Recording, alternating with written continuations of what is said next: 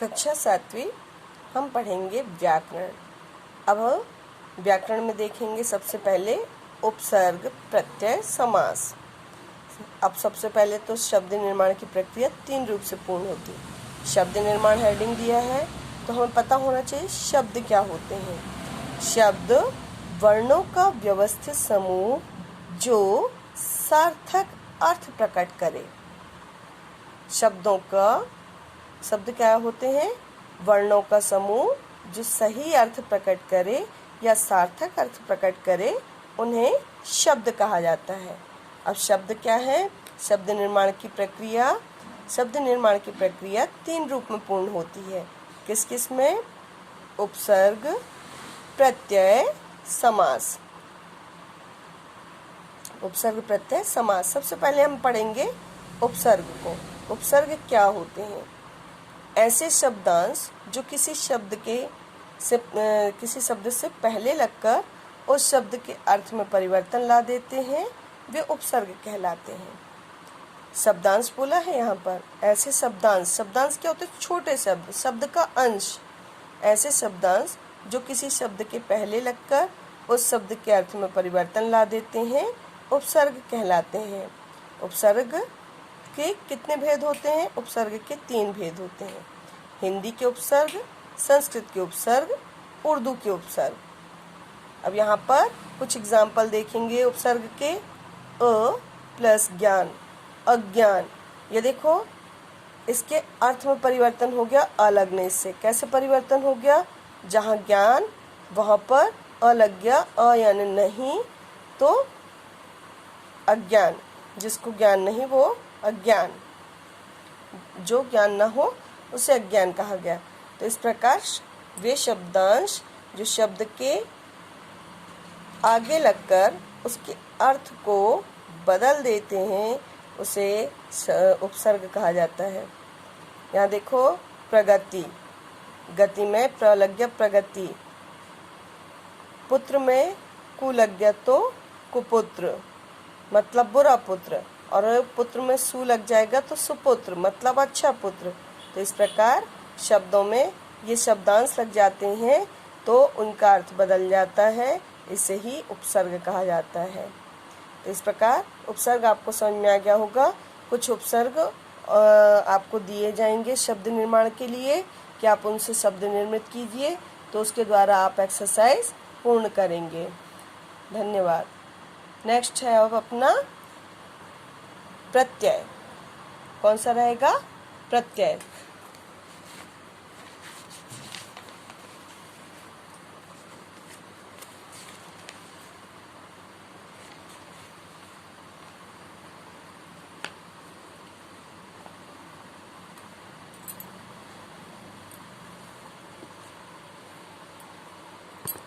अब शब्द निर्माण की प्रक्रिया में हम देखेंगे प्रत्यय। प्रत्यय क्या होते हैं?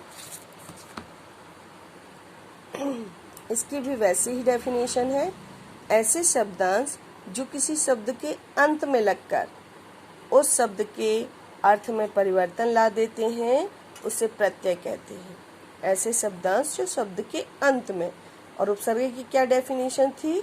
शब्द के आरंभ में वो पहले लगते हैं और ये आखिरी में लगते हैं शब्द के।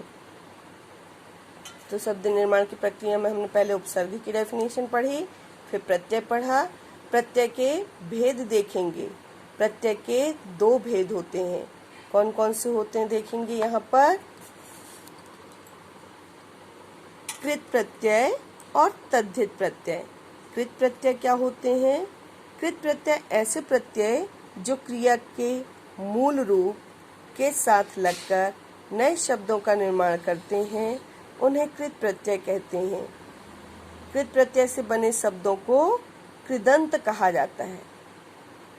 कृत प्रत्यय क्या होते हैं? केवल क्रिया शब्दों में लगते हैं, क्रिया शब्दों के मूल शब्दों में, और इन्हें कृदंत कहा जाता है। कुछ कृदंत का एग्जाम्पल देखेंगे। यहाँ पर हार और सार। तो यहाँ पे देखो शब्द निर्मित हुए राखनहार, मिलनसार। आऊ, यहाँ पे धातु दिए हैं चल, बिक, कम। चलाऊ, बिकाऊ, कमाऊ। तो इस प्रकार ये कौन से प्रत्यय हुए? कृदंत हुए। कृदंत क्यों कहा गया? क्योंकि ये क्रिया शब्दों में प्रत्यय लगकर उस शब्द को परिवर्तित कर रहे हैं, इसलिए इसको कृदंत कहेंगे। अब आते हैं तद्धित प्रत्यय पर। तद्धित प्रत्यय क्या होते हैं? जो प्रत्यय संज्ञा, सर्वनाम, विशेषण आदि के अंत में लगकर नए शब्द बनाते हैं, उन्हें तद्धित प्रत्यय कहते हैं। तद्धित प्रत्ययों के योग से बने शब्दों को तद्धितांत कहते हैं, क्योंकि अंत में लगे हुए तद्धित के, तो इसलिए तद्धितांत कहते हैं। तद्धित प्रत्ययों को की संख्या बहुत अधिक है, मतलब लिमिट नहीं है कि तद्धित प्रत्यय कितने होते, शब्द कितने होते होंगे, तो इनकी संख्या बहुत अधिक है। अब यहाँ पर देखेंगे आ प्रत्यय, तो चढ़ में आ लगा चढ़ा, देख में आ लगा देखा। फिर यहाँ पर आई प्रत्यय देखो, बुराई, पढ़ाई, तो ये चढ़ाई, इस प्रकार प्रत्यय लग गए, तो ये कौन से होगा? तद्धित प्रत्यय। तो अपन ने क्या समझा? सबसे पहले उपसर्ग। उपसर्ग ऐसे शब्दांश जो शब्द के आगे लगकर उसके अर्थ में परिवर्तन ला देते हैं, तो वो होते हैं उपसर्ग। प्रत्यय क्या होते हैं? वे शब्दांश जो शब्द के अंत में लगकर उसके अर्थ में परिवर्तन कर देते हैं, तो वो होते हैं प्रत्यय।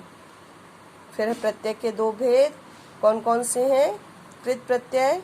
कृत प्रत्यय को कृदंत कहा जाता है, जो क्रिया शब्दों में प्रत्यय लगते हैं। तद्धित प्रत्यय जो संज्ञा, सर्वनाम, विशेषण में लगते हैं, उन्हें कौन से प्रत्यय कहते हैं?